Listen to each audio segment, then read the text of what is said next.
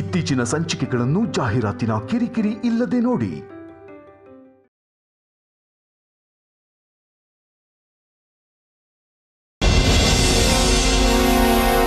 ಎಷ್ಟು ಕೇಳಿದ್ರು ಯಾಕೆ ಹೇಳ್ತಾ ಇಲ್ಲ? ತಾಳಿ ಕಟ್ಟಿರೋದು ಯಾರು?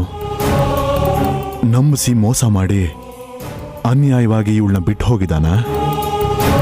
ಅನ್ಯಾಯ ಆಗಿದ್ರೆ ನ್ಯಾಯ ಕೊಡಿಸಿ ಅಂತ ಕೇಳಬೇಕಿತ್ತಲ್ವಾ? ಮತ್ತೆ ಏನು ಮಾತಾಡಲೇ ಇಲ್ವಲ್ಲ?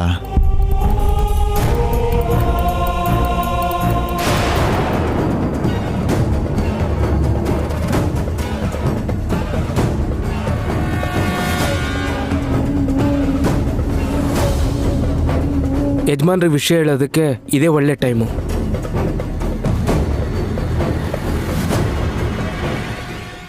ಯಜಮಾನ್ರೆ, ಏನು? ನಿಮ್ಗೊಂದು ವಿಷಯ ಹೇಳ್ಬೇಕಿತ್ತು ಯಜಮಾನ್ರೆ. ಮನೆ ನೀವು ದೇವಸ್ಥಾನಕ್ಕೆ ಹೋಗಿದ್ರಲ್ಲ ಅವತ್ತು. ಅದನ್ನ ಆಗ್ಲೇ ಹೇಳ್ದಿಯಲ್ಲೋ, ನನ್ನ ಭೇಟಿ ಮಾಡಕ್ಕೆ ಯಾರೋ ಬಂದಿದ್ರು, ಅವ್ರು ಯಾರೋ ಗೊತ್ತಿಲ್ಲ ಅಂತ. ನಿಜವಾದ ವಿಷಯ ಅದಲ್ಲ ಯಜಮಾನ್ರೆ. ಸರಿಯಾಗಿ ವಿಷಯ ಹೇಳ್ಬೇಕಾದ್ರೆ ವಾಲೆಯಣ್ಣ ಬಂದ್ಬಿಟ್ರು. ಅದಕ್ಕೆ ಬಾಯಿಗೆ ಬಂದಂಗೆ ಹೇಳ್ಬಿಟ್ಟೆ. ವಾಲಿ ಇದ್ರೆ ಏನಾಗುತ್ತೆ? ಯಾಕೆ ಅವನಿದ್ದಾಗ ಯಾವ ವಿಷಯನೂ ಹೇಳ್ಬಾರ್ದಾ? ಈ ವಿಷಯ ಮಾತ್ರ ಹೇಳ್ಬಾರ್ದು ಯಜಮಾನ್ರೆ. ಯಾಕಂದ್ರೆ ಅವತ್ತು ವಾಲೆಯಣ್ಣ ನಿಮ್ ರೂಮ್ಗೆ ಕದ್ದು ಮುಚ್ಚಿ ಹೋಗಿದ್ರು.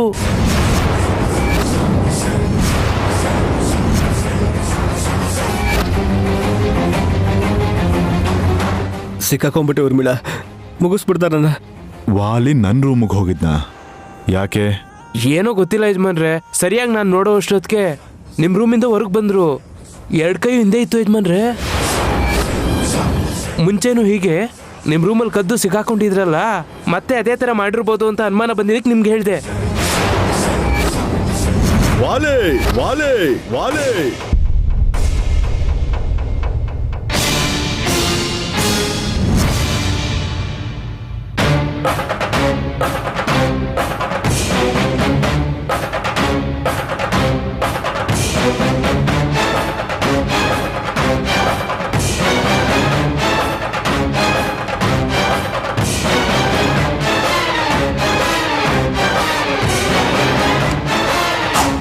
ಏನಾಯ್ತಣ್ಣ?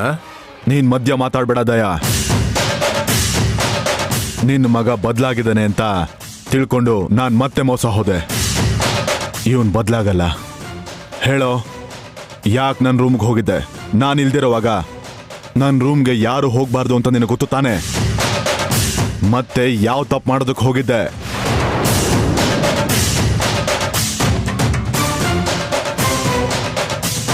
ನಮ್ಮಪ್ಪ ಇಲ್ದಿರ್ಬೇಕಾದ್ರೆ ನಾವೇ ಆ ರೂಮ್ ಒಳಗಡೆ ಹೋಗುವಂತ ಯೋಚನೆ ಮಾಡೋದಿಲ್ಲ. ನಿನಗಂತ ಅವಶ್ಯಕತೆ ಏನಿತ್ತು? ಅಲ್ಲಿ ಜಮೀನಿನ ಪತ್ರಗಳು, ಒಡವೆಗಳು ಮತ್ತು ಹಣ ಇರುತ್ತೆ ಅಂತ ಗೊತ್ತು ತಾನೆ?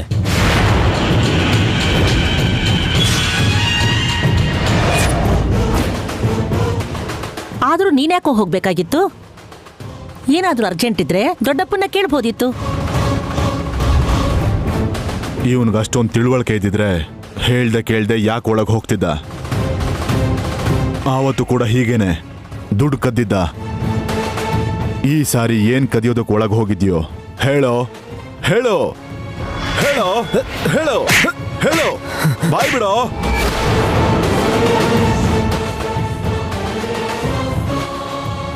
ಯಾಕೆ ಸುಮ್ಮನಿದ್ಯಾ? ಬಾಯ್ ಬಿಡಲೇ.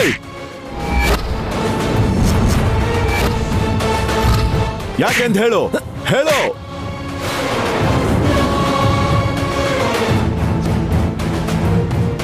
ಹೇಳೋ. ರೂಮ್ ಒಳಗ್ ಬಂದು ಏನೋ ಕಳ್ತನ ಮಾಡಿದಾನೆ ಅಂತ ಅನುಮಾನ ಬಂದಿದ್ದಕ್ಕೆ ಇಷ್ಟೊಂದು ಹೊಡಿತಿದ್ದಾರೆ. ಇನ್ನ ನಾನು ಒಡವೆ ಕಳ್ದ ಹಾಕಿರೋ ವಿಷಯ ಗೊತ್ತಾದ್ರೆ? ಹೇಳೋ, ಯಾಕೆ ಒಳಗೆ ಹೋಗಿದ್ದೆ? ಏನ್ ಕದಿಯೋಕ್ ಹೋಗಿದ್ದೆ? ನನ್ನ ಕಳ್ತನ ಮಾಡಲಿಲ್ಲ ದೊಡ್ಡಪ್ಪ, ನಂಗೇನು ಗೊತ್ತಿಲ್ಲ.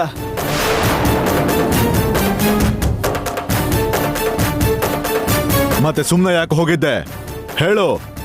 1 ನಿಮಿಷ ಇರಿ ಮಾವ.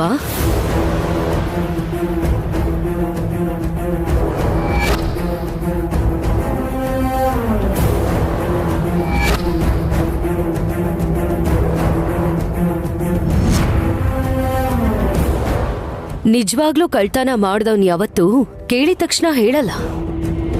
ನಿಮ್ ರೂಮಲ್ಲಿ ಚೆಕ್ ಮಾಡಿ ಏನಾದ್ರೂ ಕಳ್ತನ ಆಗಿದ್ರೆ ಆಮೇಲೆ ಕೇಳ್ಬೋದು.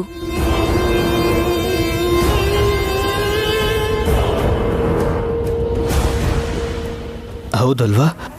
ನಾನೇನು ಕದ್ದಿಲ್ದಿರೋದ್ರಿಂದ ಹುಡುಕ್ಸಿದ್ರೇ ಒಳ್ಳೇದು.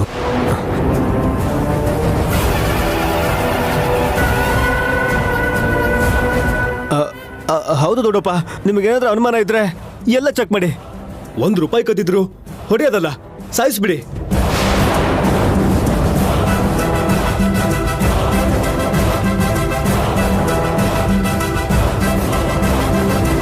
ನಾನು ಯೋಚನೆ ಮಾಡ್ತಿರೋದು ಏನ್ ಕಾಣೆ ಆಗಿರ್ಬೋದು ಅಂತಲ್ಲ ಕಣೋ, ಬದಲಾಗದೆ ಇರೋ ನಿನ್ ಬುದ್ಧಿ ಬಗ್ಗೆ. ನನ್ನ ರೂಮಿಗೆ ಹೋಗ್ಬೇಡ ಅಂದಿದ್ರು ಯಾಕೆ ಹೋಗಿದ್ದೆ? ನನಗೆ ಸತ್ಯ ಏನು ಅಂತ ಗೊತ್ತಾಗ್ಬೇಕು. ಬಾಯ್ ಬಿಡೋ.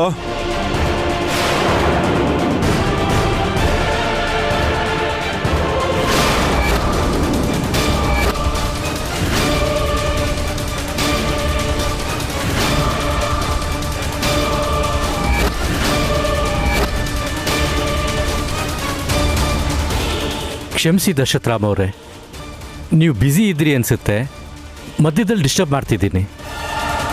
ಕುಟುಂಬದಲ್ಲಿ ಒಬ್ಬ ಕೆಟ್ಟವನಿದ್ರು ಯಾವಾಗಲೂ ಏನೋ ಒಂದು ತಲೆನೋವು ಇದ್ದೇ ಇರುತ್ತೆ. ನೀವು ಯಾವುದೋ ಕೆಲಸದ ಮೇಲೆ ಬಂದಿದ್ದೀರಾ, ಏನು ಅಂತ ಹೇಳಿ. ನಿಮ್ಮ ಮನೆಯಲ್ಲಿ ಒಡವೆ ಕಳವಾಗಿದೆಯಾ?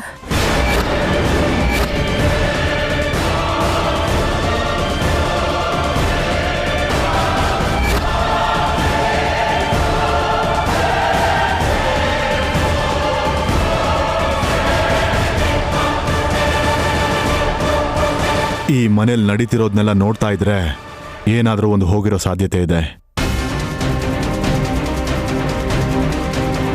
ಆದರೆ ಅದು ಒಡವೆನಾ ಅಲ್ವಾ ಅಂತ ಗೊತ್ತಿಲ್ಲ. ಹೌದು, ಅದು ಒಡವೆನೇ ಅಂತ ನೀವು ಹೇಗೆ ಹೇಳ್ತಾ ಇದ್ದೀರಾ? ನಿಮ್ಮ ಮನೇಲಿ ಕಳವಾದ ಒಡವೆನ ನಾವು ರಿಕವರಿ ಮಾಡಿದ್ದಕ್ಕೆ.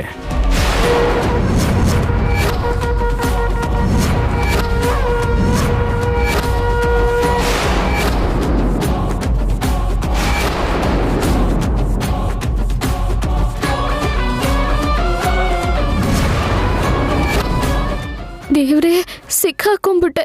ಈ ವಿಷಯ ಹೊರಗಡೆನೆ ಬರಲ್ಲ, ಪೊಲೀಸರು ಮನೆಗೆ ಬರಲ್ಲ ಅಂತ ಲಂಕೇಶ್ ಹೇಳಿದ್ದ. ಪೊಲೀಸ್ ಮನೆಗೆ ಬಂದಿದ್ದಾರೆ, ಈಗ ಏನ್ ಮಾಡ್ಲಿ? ಮೊನ್ನೆ ಗೋಲ್ಡ್ ಸ್ಮಗ್ಲರ್ಸ್ನ ನಾವು ಹಿಡಿದಾಗ ಅಲ್ಲಿ ಸಿಕ್ತು. ಆ ಒಡವೆ ಮೇಲೆ ನಿಮ್ಮ ರಾಜಮುದ್ರೆ ನೋಡಿ ತಗೊಂಡು ಬಂದ್ವಿ.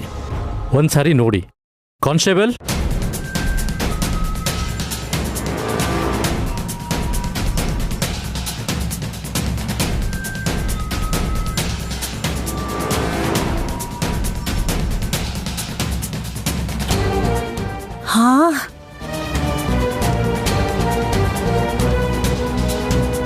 ಇದು ನಮ್ದೇ ಕಣೋ, ತಲಾಂತರದಿಂದ ಬಂದಿರೋ ನಮ್ಮ ಮನೆತನದ ಒಡವೆ.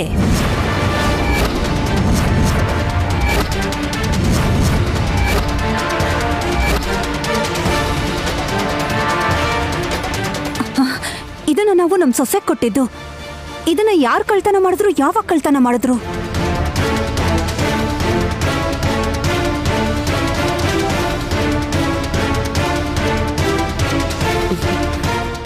ಅದು ನನ್ನ ಒಡವೆ ಅಲ್ಲ ಅತ್ತೆ. ನನ್ನ ಒಡವೆ ಬೀರುಲ್ ಭದ್ರವಾಗಿದೆ. ನಿಮ್ ಚಿಕ್ಕ ಸೊಸೆದಾಗಿರ್ಬೋದು. ಸರಿಗ್ ನೋಡಿ.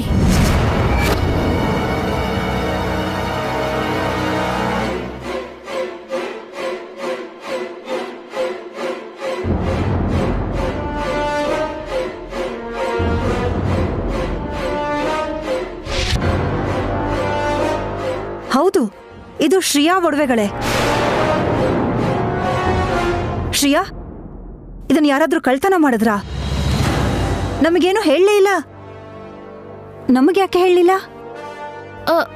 ನನ್ಗೇನು ಗೊತ್ತಿಲ್ಲ ಅತ್ತೆ. ನೀವು ಕೊಟ್ಟಿದ್ದ ಒಡವೆನ ನೀವು ಕೊಟ್ಟ ಹಾಗೆ ಬೀರುವಲ್ಲಿಟ್ಟಿದ್ದೆ. ಆಮೇಲೆ ನಾನು ಅದನ್ನ ತೆಗ್ದೇ ಇಲ್ಲ. ಅಷ್ಟಕ್ಕೂ ಆ ಒಡವೆಗಳು ಹೇಗಿರುತ್ತೋ ಅದು ನನಗೆ ನೆನಪಿಲ್ಲ.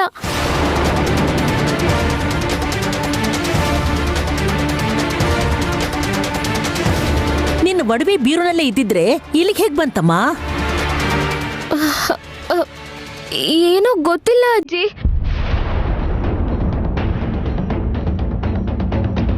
ಇದರಲ್ಲಿ 7 ಕೈವಾಡನೇ ಇರಬೇಕು ಅನ್ಸುತ್ತೆ. ಮಾಡ್ತೀನಿ. ಅವ್ರ ಒಡವೆನ ಎಲ್ಲಿಟ್ಟಿದಾರೋ ಒಂದ್ಸರಿ ನೋಡಿ. ಅದು ಅಲ್ಲೇ ಇದ್ರೆ ಇದನ್ನ ಬೇರೆಯವ್ರದ್ದು ಅಂತ ಅನ್ಕೋಬಹುದು. ಒಂದು ವೇಳೆ ಒಡವೆ ಮಿಸ್ ಆಗಿದ್ರೆ ಹೇಗೆ ಮಿಸ್ ಆಯಿತು ಅಂತ ಎನ್ಕ್ವೈರಿ ಮಾಡಬೇಕು.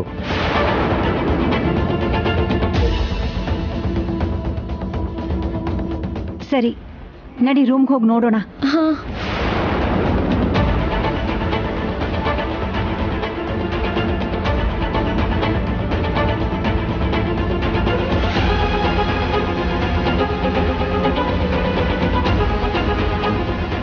ಒಂದ್ ವೇಳೆ ಲಂಕೇಶ್ನ ನಂಬ್ಕೊಂಡು ಈ ಒಡವೆನ ಅವನು ಕೊಟ್ಟಿದ್ಲಾ?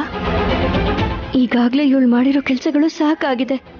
ಈಗ ಮತ್ತೆ ಈ ಕಳ್ತನಾನು ಮಾಡಿರೋದು ನಿಜ ಅಂತ ಗೊತ್ತಾದ್ರೆ, ಅಯ್ಯೋ ದೇವ್ರೆ, ನನ್ನ ತಂಗಿ ತಪ್ಪು ಮಾಡಿರಬಾರ್ದು. ಯಾವ ಆರೋಪನೂ ಅವಳ ಮೇಲೆ ಬರಬಾರ್ದು ರಾಮ.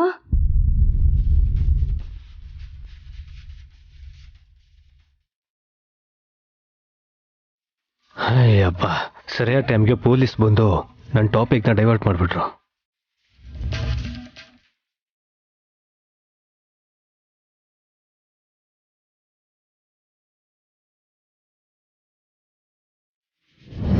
ಟೈಮ್ ಚೆನ್ನಾಗಿದ್ದು ಬಚಾವಾದೆ ಅಲ್ವಾ? ಇಲ್ಲ, ಇವಾಗ ನಾನು ಹೇಳ್ದಂಗ್ ಮಾಡಿದ್ರೆ ನಿಜವಾಗ್ಲೂ ಬಚಾವಾಗ್ತೀಯ.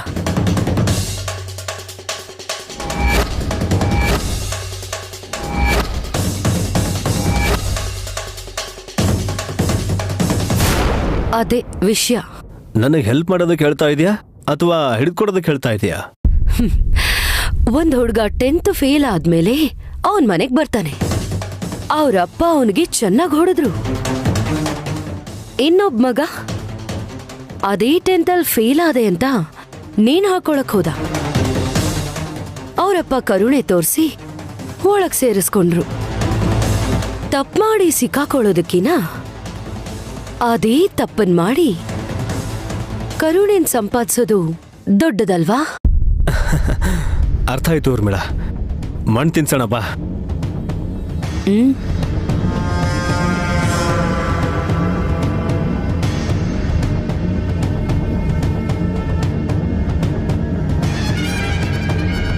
ಅಲ್ಲಿ ಒಡವೆ ಇತ್ತ ಕೌಸಲ್ಯ? ಇಲ್ಲ ರೀ, ಯಾರೋ ಕಳ್ತನ ಮಾಡಿದ್ದಾರೆ. ಇವೇ ಆ ಒಡವೆಗಳು.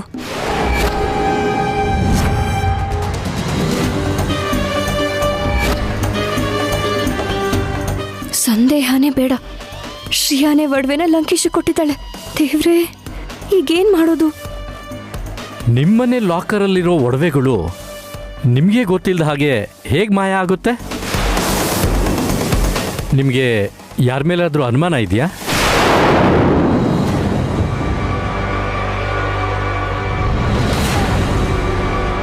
ನೀವೇನು ಅಂದ್ಕೊಳ್ಳಿಲ್ಲ ಅಂದರೆ ನಿಮ್ಮ ಚಿಕ್ಕ ಸೊಸೆ ಜೊತೆ 2 ನಿಮಿಷ ಪ್ರೈವೇಟಾಗಿ ಮಾತಾಡ್ಬೋದಾ?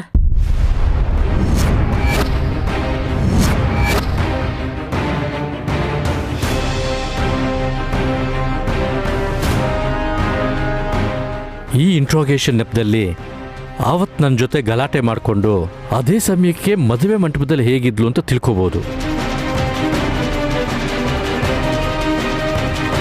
ಬಾರಮ್ಮ. 1 ನಿಮಿಷ ಇನ್ಸ್ಪೆಕ್ಟ್ರೆ.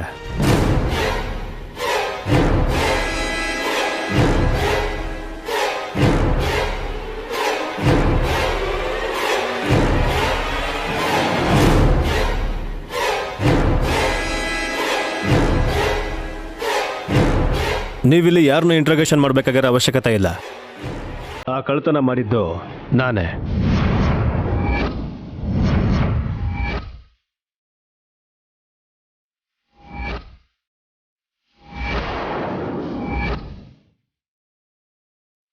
ಹೌದು ದೊಡ್ಡಪ್ಪ, ದುಡ್ಡಿಗೋಸ್ಕರನೇ ನಿಮ್ಮ ರೂಮಿಗೆ ಹೋದೆ. ಎಲ್ಲ ಕಡೆ ಹುಡುಕ್ದೆ, ಎಲ್ಲದಕ್ಕೂ ಬೀಗ ಹಾಕಿತ್ತು. ಆಮೇಲೆ ದೇವಾಂಶ್ ರೂಮ್ಗೆ ಹೋಗಿ ಶ್ರೇಯಾ ಒಡವೆನ ಕಳ್ತನ ಮಾಡಿದೆ.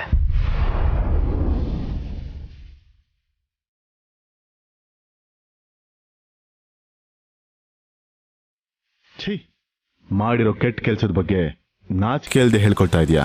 ಇನ್ಸ್ಪೆಕ್ಟ್ರೆ, ಕರ್ಕೊಂಡು ಹೋಗಿ. ನಡಿ.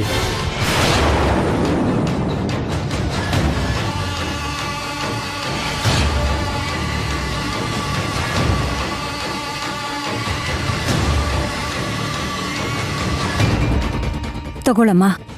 ಈ ಸಲನಾದ್ರೂ ಬೀರುಗೆ ಬೀಗ ಹಾಕು. ಸರಿ ಅಜ್ಜಿ. ಶ್ರೇಯಾ, ಒಡವೆ ಕಳ್ತನ ಆಯ್ತು ಅಂದಿದ ತಕ್ಷಣ ನೀನೇ ಲಂಕೇಶ್ ಕೊಟ್ಟಿದ್ಯಾ ಅಂತ ಎಷ್ಟು ಭಯ ಆಯ್ತು ಗೊತ್ತಾ? ನಿಜವಾಗ್ಲೂ ಕೊಟ್ಟಿದ್ದೆ ಅಕ್ಕ. ಆದ್ರೆ ಈ ವಾಲಿ ಯಾಕೆ ತಲೆ ಮೇಲೆ ಹಾಕೊಂಡು ನನಗೆ ಗೊತ್ತಾಗ್ತಿಲ್ಲ.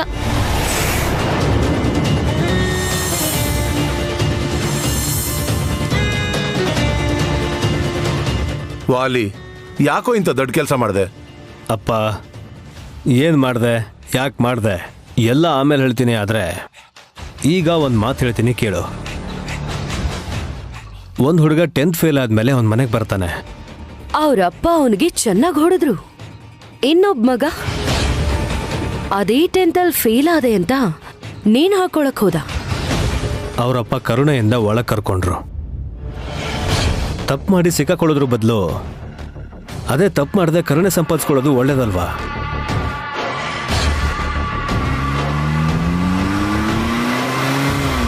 ಏನಾದ್ರೂ ಹುಚ್ಚಿಡಿದೆಯಾ ಇವನಿಗೆ? ತಲೆ ಕೆಟ್ಟಂಗೆ ಏನೇನೋ ಮಾತಾಡ್ತಿದ್ದಾನೆ.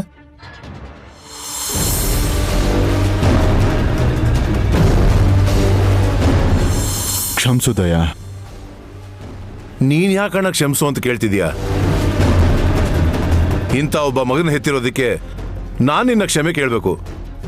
ಈ ಶಿಕ್ಷೆಯಿಂದನಾದ್ರೂ ಅವನಿಗೆ ಬುದ್ಧಿ ಬಂದ್ರೆ ಸಾಕು. ದಯವಿಟ್ಟು ಇಷ್ಟಕ್ಕೆ ಇದನ್ನ ಬಿಟ್ಬಿಡು ಅಣ್ಣ. ನಾಳೆ ದೇವಸ್ಥಾನದಲ್ಲಿ ನಡೆಯೋ ಕಾರ್ಯಕ್ರಮದ ಬಗ್ಗೆ ಯೋಚಿಸು.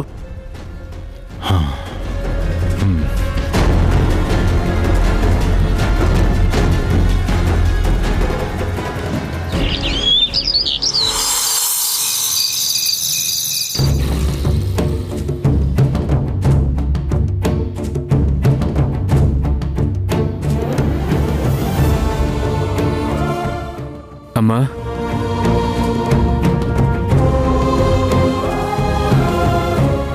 ಏನ್ ಕಂದ?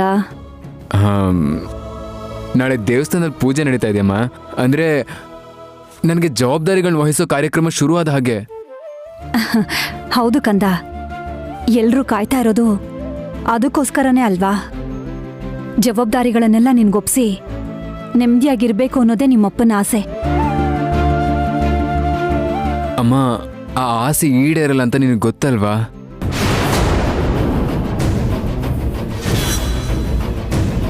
ಮತ್ತೆ ಇದೇನು ಕಂದ, ಯಾಕೆ ಹೇಗೆಲ್ಲ ಮಾತಾಡ್ತಿದ್ಯಾ? ನಾನು ಯಾವಾಗಲೂ ಒಂದೇ ಮಾತು ಹೇಳ್ತಿರೋದಮ್ಮ. ರಾಜಗುರುಗಳು ಹೇಳಿದ ಪ್ರಕಾರ ಮನಸ್ಸಲ್ಲಿ ಜೀವನದಲ್ಲಿ ಒಂದೇ ಹೆಣ್ಣಿಗೆ ಸ್ಥಾನ ಕೊಟ್ಟಿರೋರು ಮಾತ್ರ ಜವಾಬ್ದಾರಿಗಳನ್ನ ವಹಿಸ್ಕೊಳ್ಳೋಕೆ ಅರ್ಹರಲ್ವಾ? ಆದರೆ ನಾನು ಮದುವೆ ಆಗಿರೋದೊಬ್ರನ್ನ, ಇಷ್ಟಪಟ್ಟಿರೋದು ಇನ್ನೊಬ್ರನ್ನ. ಮತ್ತು ನಾನು ಹೇಗೆ ಅರ್ಹನಾಗ್ತೀನಿ? ಅಪ್ಪನಿಗೆ ವಿಷಯ ಹೇಳೋ ಅಂದರೆ ಹೇಳ್ತಾ ಇಲ್ಲ. ಹೋಗ್ಲಿ, ನಾನೇ ಹೇಳೋಣ ಅಂದರೆ ಭಾಷೆ ತಗೊಂಡಿದ್ಯಾ? ಹೇಗಮ್ಮ ಇದು? ಹೇಗೆ ಅಂದ್ರೆ ಏನು? ನಿನ್ ಹೆಂಡ್ತಿನೇ ನಿನ್ ಮನ್ಸಲ್ಲಿ ಆವರಿಸ್ಕೋ, ಎಲ್ಲ ಸರಿ ಹೋಗುತ್ತೆ. ಇಷ್ಟ ಬಂದ ಹಾಗೆ ಅಳಿಸಿ ಬರೆಯೋದಕ್ಕೆ ಇದು ಪುಸ್ತಕ ಅಲ್ಲಮ್ಮ, ಮನ್ಸು. ಒಂದ್ಸಲ ಮನ್ಸ್ಗಿಷ್ಟ ಆದ್ರು ಅಂದ್ರೆ ಅದು ಹಣೆ ಬರಹ ಇದ್ದಾಗೆ, ಅಳಿಸೋಕ್ಕಾಗಲ್ಲ. ಗೊತ್ತು ಕಣೋ, ಕಷ್ಟನೇ. ನಮ್ ಶಾಸ್ತ್ರ ಸಂಪ್ರದಾಯಗಳು ಅದಕ್ಕಿಂತ ದೊಡ್ಡದು. ಅದರಿಂದನೇ ನಾನು ಒದ್ದಾಡ್ತಾ ಇರೋದಮ್ಮ. ನನ್ನ ಮನ್ಸನ್ನು ಬದಲಾಯಿಸ್ಕೊಳಕ್ಕಾಗಲ್ಲ. ನಾನು ಅರ್ಹತೆ ಇಲ್ಲದೆ ಇರೋನು. ಶಾಸ್ತ್ರಗಳಿಗೆ ವಿರುದ್ಧವಾಗಿ ನನಗೆ ಜವಾಬ್ದಾರಿಗಳು ವಹಿಸ್ತೀರಾ? ಹೇಳಮ್ಮ. ಅವಾಗ ನನಗೆ ಅಲ್ಲ, ನಮ್ಮ ಶಾಸ್ತ್ರಗಳಿಗೂ ಕೂಡ ಅನ್ಯಾಯ ಮಾಡ್ದ ಹಾಗೇನೆ. ಅಮ್ಮ, ಅಪ್ಪನಿಗೆ ನೀನಾದರೂ ಹೇಳಮ್ಮ. ಇಲ್ಲ, ನನ್ನ ಪಾಡಿಗೆ ನಾನು ಬಿಟ್ಬಿಡು, ನಾನು ಹೇಳ್ತೀನಿ. ಅದು ಆಗಲ್ಲ ಅಂದ್ರೆ ಏನೋ ಒಂದು ಹೇಳಿ ಈ ಜವಾಬ್ದಾರಿಗಳನ್ನ ಬೇರೆ ಯಾರಿಗಾದ್ರೂ ಕೊಡಿಸಿ. ದಯವಿಟ್ಟು ನನ್ನನ್ನು ಮಾತ್ರ ಈ ನರ್ಕಕ್ಕೆ ಸಿಕ್ಕಾಕ್ಸ್ಬೇಡಿ ಪ್ಲೀಸ್ ಅಮ್ಮ, ಪ್ಲೀಸ್. ಏನಂತ ಇದ್ದಾನೆ ದೇವಾಂಶ್? ನಾಳೆ ಜವಾಬ್ದಾರಿನ ಒಪ್ಪಿಸ್ತಾ ಇದೀವನ್ನೋ ಖುಷಿಲಿ ತಪ್ಕೊಂಡು ಥ್ಯಾಂಕ್ಸ್ ಹೇಳೋದಕ್ಕೆ ಬಂದಿದ್ದಾನಾ?